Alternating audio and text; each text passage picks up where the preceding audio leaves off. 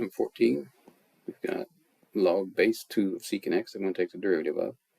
And so if you've got the chain rule memorized for log base 2, you can use that, or we can just kind of go through the chain rule. We'll just go through it on this one.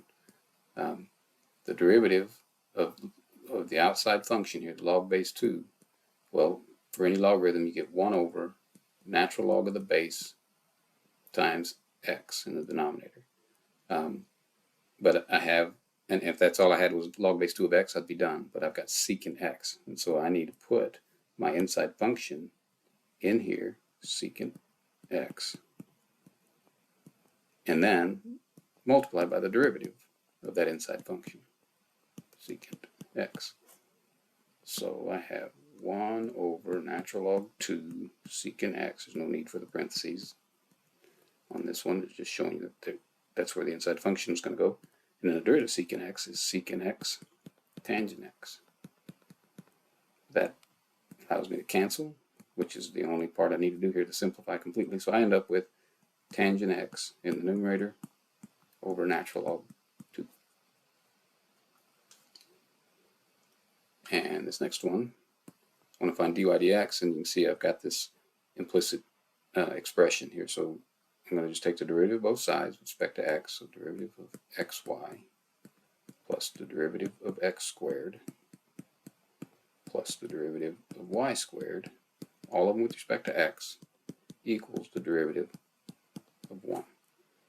Here, it's a product, so it's going to be the derivative of x times y plus the derivative of y times x.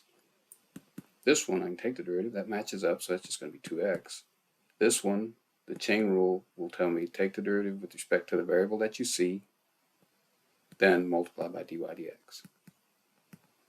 And on the right hand side, that's a derivative I can take, I get 0. So let's go one more time. I've got a couple of derivatives here. So this is going to be 1 times y. This is going to be the derivative of y with respect to y, dy dx. Well, that's 1 times dy dx. So I get dy dx from that. I'll just write it as x dy dx. That's this x out in front.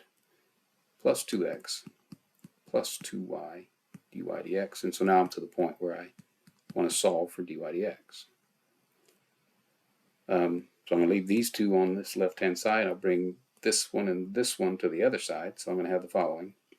Have dy dx from these two. I'm going to do that. I'll do them one at a time. X dy dx plus 2y dy dx equals minus y minus 2x. And then I'll factor out the dy dx.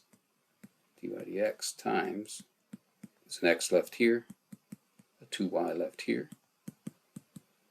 and then I just divide by that to get that dy dx equals minus y minus 2x divided by x plus 2y. So there's your expression for that derivative.